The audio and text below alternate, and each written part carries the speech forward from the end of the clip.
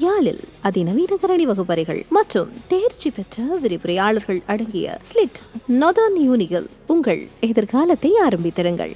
வணக்கம், இது ஐபிசி தமிழின் இன்றைய பிரதான செய்திகள். முதலில் தலைப்புச் செய்திகள். சஜித்தை ஆதரிப்பதற்கான ஆரம்பகட்ட இணக்கப்பாட்டை மேற்கொண்ட மனோவின் கட்சி. யுத்த குற்றவாளிகளை பாதுகாத்த சுமந்திரன் கஜேந்திரன் காட்டம். தமிழர்களுக்கு தேர்தலை முன்னிட்டு யாழில் வைத்து ரணில் வழங்கிய வாக்குறுதி. ரணில் விசுவாசிகளுக்கு பதிலடி கொடுத்த நாமல். இலங்கையில் சிறுமிகளுக்கு ஏற்பட்டுள்ள ஆபத்து. இது ஆரம்ப புள்ளிதான், அனுர போட்ட கணக்கு. கொழும்பிற்கு அழைக்கப்பட்ட தேர்தல் தெரிவத்தாட்சி அதிகாரிகள். சொந்தங்களை ஒன்று சேர்ந்த ஈரான். தொடர்பான விரிவான செய்திகள். எதிர்வரும் ஜனாதிபதி தேர்தலில் சஜித் பிரேமதாசவை ஆதரிப்பதற்கான ஆரம்பகட்ட இணக்கப்பாட்டை தமிழ் முற்போக்கு கூட்டணி இன்று மேற்கொண்டுள்ளது. தமிழ் முற்போக்கு கூட்டணியின் அரசியல் உயர்பீட கூட்டம் இடம்பெற்ற போதே இந்த தீர்மானம் எடுக்கப்பட்டதாக தெரிவிக்கப்படுகின்றது. மேலும் மலையக மக்கள் சார்ந்த பல்வேறு அம்சங்கள் அடங்கிய யோசனை திட்டம் ஒன்றையும் ஐக்கிய மக்கள் சக்தி மற்றும் ஐக்கிய மக்கள் கூட்டணியில் சமர்ப்பித்து பேச்சுவார்த்தை நடத்தவும் இதன்போது தீர்மானிக்கப்பட்டுள்ளது. அத்துடன் குறித்த யோசனை திட்டத்தில் உள்ளடக்கப்பட வேண்டிய விடயங்கள் தொடர்பிலும் ஆழமாக அவதானம் செலுத்தப்பட்டது. இந்த யோசனை திட்டத்தில் உள்ளடக்கப்பட்டுள்ள விடயங்களை சஜித் பிரேமதாச தமது தேர்தல் விஞ்ஞானத்தில் உள்ளடக்கப்பட வேண்டும் என தமிழ் முற்போக்கு கூட்டணி கோரவுள்ளது.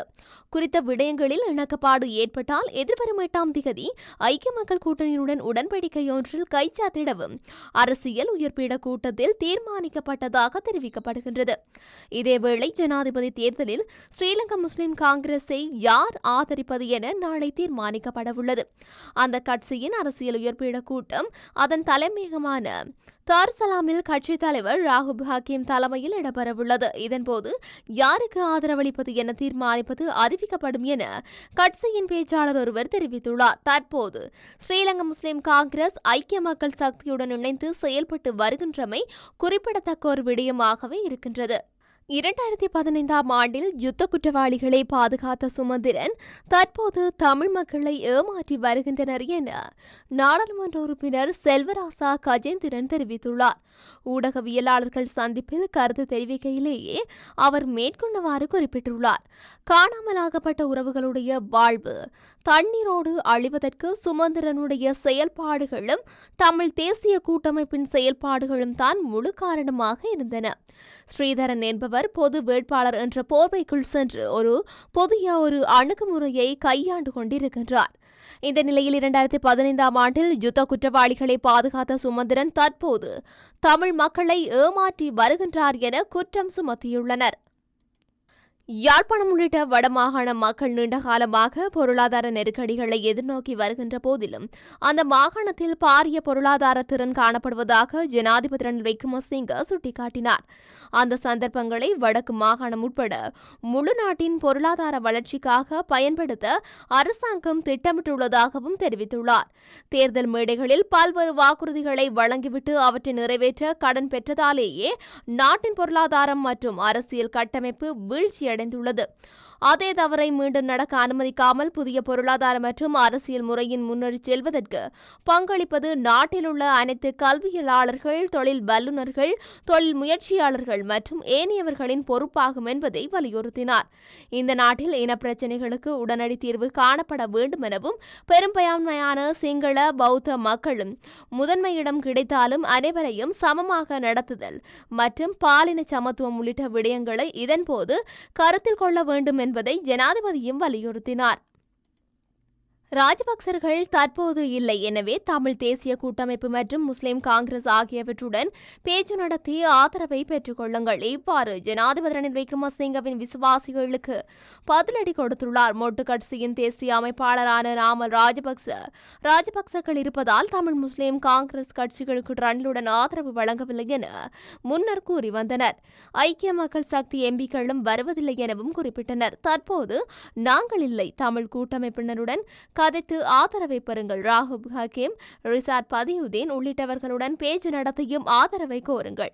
மொட்டு அணியினர் சிங்கள பௌத்த சிந்தனை மற்றும் இடதுசாரி கொள்கையுடைய தரப்பு என்பதால் தான் அவர்கள் வருவதில்லை என்றுதானே கூறுகின்றீர்கள். இப்போது அதற்கான தடை இல்லையே. எங்களுக்கும் கணக்கு காட்ட தெரியும். அன்று நாம் ஜனாதிபதிக்கு ஆதரவளித்த போது அந்த முடிவை விமர்சித்தவர்களே இன்று ஜனாதிபதி பக்கம் உள்ளனர். நானும் ஜனாதிபதியை ஆதரிக்கும் முடிவை எடுத்திருந்தால் சிறந்த தலைவர் என போற்றியிருப்பார்கள். ஆனால் கட்சி முடிவுடன் நான் இருப்பதால் விமர்சிக்கின்றனர். எனக்கு தனிநபர்கள் பற்றி கவலை இல்லை, கொள்கையே முக்கியம் என்றார். அனுராதபுரத்தில் கடந்த 2 நாட்களில் 5 சிறுமிகள் வன்புணர்வு மற்றும் துஷ்பிரயோகம் செய்யப்பட்டுள்ளனர்.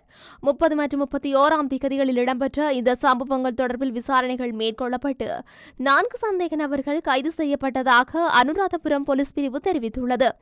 கலாதீவு வெவ போலீஸ் பிரிவுக்கு உட்பட்ட 14 வயதுடைய சிறுமியுடன் காதலுறவில் ஈடுபட்டு சிறுமியை ஏமாற்றி வன்புணர்வு செய்த 25 வயதுடைய இளைஞர் கைது செய்யப்பட்டுள்ளார்.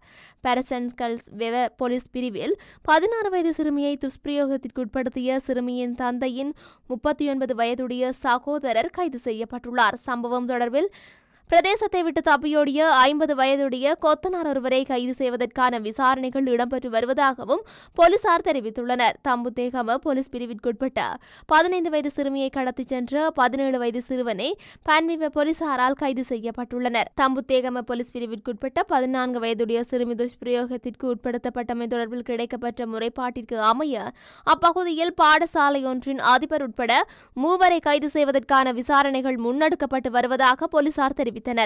அனுராதபுரம் திரப்பன பிரதேசத்தில் 16 வயது சிறுமியை வன்புணர்வுக்குட்படுத்திய குற்றச்சாட்டின் பேரில் 24 வயதான நீர்வளங்கள் சபையின் பொறியியலாளர் கைது செய்யப்பட்டதாக போலீசார் தெரிவித்தனர். கைது செய்யப்பட்ட சந்தேக நபர்கள் நீதிமன்றத்தில் ஆஜர்படுத்தப்பட உள்ளனர்.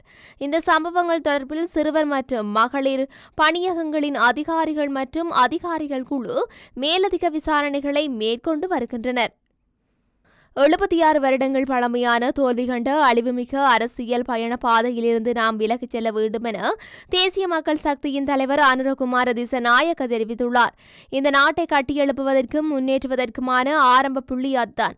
நாங்கள் பல விடயங்கள் பற்றி பேசலாம், தோன்றியுள்ள நிலைமைகள் பற்றி குற்றச்சாட்டுகளை முன்வைக்கலாம், அவை பற்றிய விமர்சனங்களை முன்வைக்கலாம், ஏற்பட்டுள்ள நிலைமைகள் பற்றி விரக்தியடைந்திருக்கலாம். ஆனால் எந்த இடத்திலிருந்தாலும் இந்த மாற்றத்தை ஏற்படுத்துவதை பற்றி ஒரு முடிவினை நாங்கள் எடுப்பதனால் அதனை சாதிக்க முடிவது பொதுமக்களின் இயக்கம் ஒன்றில் கைகளுக்கு, அதாவது தேசிய மக்கள் சக்தியின் கைகளுக்கு அதிகாரத்தை மாற்றிக்கொள்வதன் மூலமாகவே மாத்திரமாகும்.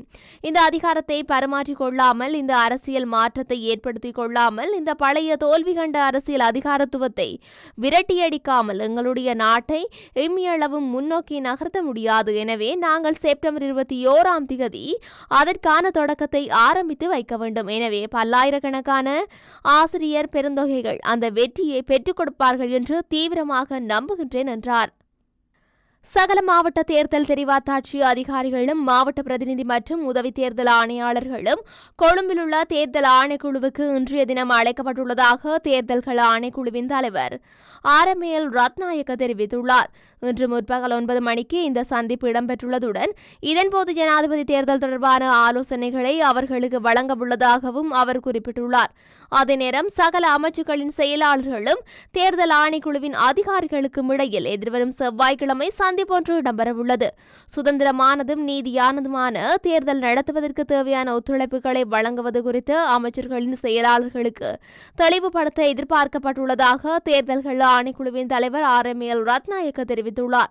அத்துடன் செவ்வாய்க்கிழமை பிற்பகல் 2 மணிக்கு அரசு சொத்துக்கள் தொடர்பான பிரிவுக்கு பொறுப்பான சிரேஷ்ட அதிகாரிகள் தேர்தல்கள் ஆணைக்குழுவுக்கு அழைக்கப்பட்டுள்ளனர். இதேவேளை எதிர்வரும் செப்டம்பர் மாதம் 21ஆம் தேதி இடம்பெறவுள்ள ஜனாதிபதி தேர்தலில் போட்டியிடுவதற்காக நேற்றைய தினம் வரையில் 14 பேர் கட்டுப்பணம் செலுத்தியுள்ளனர். இதன்படி அங்கீகரிக்கப்பட்ட அரசியல் கட்சியிலிருந்து 8 வேட்பாளர்களும் சுயாதீனமாக போட்டியிடவுள்ள 5 வேட்பாளர்களும் கட்டுப்பணம் செலுத்தியுள்ளதாக தேர்தல்கள் ஆணைக்குழு தெரிவித்துள்ளது. ஹமாஸ் அரசியல் பிரிவின் தலைவர் இஸ்மாயில் ஹனியவை இஸ்ரேல் கொன்றதற்கு பதிலடி கொடுக்கும் விதமாக இஸ்ரேல் மீது தாக்குதல் விரைவில் நடத்தப்படவுள்ளதாக வெளிநாட்டு ஊடகங்கள் செய்தி வெளியிட்டுள்ளன. ஹிஸ்புல்லா, ஹவுதி, ஹமாஸ், ஜிஹாத் அமைப்புகள் மற்றும் ஈரான் ஒன்றிணைந்து இந்த பயங்கரவாத தாக்குதலை நடத்தவுள்ளதாக தெரிவிக்கப்படுகின்றது. இந்த நிலையில் ஈரானிய அரசாங்கத்தின் உயர்மட்ட அதிகாரிகள் லெபனான், ஈராக் மற்றும் ஏமன் ஆகிய நாடுகளில் உள்ள தமது ஆதரவாளர்களை சந்தித்து இஸ்ரேலை தாக்கி அதிக சேதத்தை ஏற்படுத்துவதற்கான சிறந்த வழி குறித்து கலந்துரையாடி இதேவேளை ஈராக் ஆயுத குழுக்களின் உயர்மட்ட உறுப்பினர்களும் ஹிஸ்புல்லா, ஹவுதி, இஸ்மாயே, ஜிஹாத் மற்றும் ஹமாஸ் அமைப்புகளும் கலந்துரையாடலில் பங்கேற்றதாக வெளிநாட்டு ஊடகங்கள் தெரிவித்துள்ளன. இதன்படி சிரியாவிலிருந்து ஆளில்லா விமானங்களை பயன்படுத்தி வான்வழி தாக்குதலுக்கு ஈரான் தயாராகி வருவதாகவும், சிரியாவின் டமாஸ்க் மற்றும் சிரிய பாலைவனங்களிலிருந்து தாக்குதல் நடத்தப்பட வாய்ப்புள்ளதாகவும் ஐக்கிய ராஜ்யத்தை தளமாக கொண்ட போர் கண்காணிப்பு குழு எச்சரித்துள்ளது. மேலும் இஸ்ரேல் மீதான தாக்குதலை நிறுத்துவதற்கு அமெரிக்க படையினர் தலையிட்டால் அவர்களை குறிவைத்து தாக்குதல் நடத்த வேண்டாம் என அனைத்து அமைப்புகளின் உறுப்பினர்களும் உத்தரவிட்டுள்ளதாக கூறப்படுகின்றது. இத்துடன் இன்றைய பிரதான செய்திகள் நிறைவடைகின்றன. தொடர்ந்தும் செய்திகளை அறிந்து கொள்ள IBC தமிழ் நியூஸ் என்ற எமது யூடியூப் பக்கத்தினூடாக இணைந்திருங்கள். நன்றி. யாழில் அதிநவீன கரணி வகுப்பறைகள் மற்றும் தேர்ச்சி பெற்ற விரிவுரையாளர்கள் அடங்கிய ஸ்லிட் நொதான் யூனிகள் உங்கள் எதிர்காலத்தை ஆரம்பித்திருங்கள்.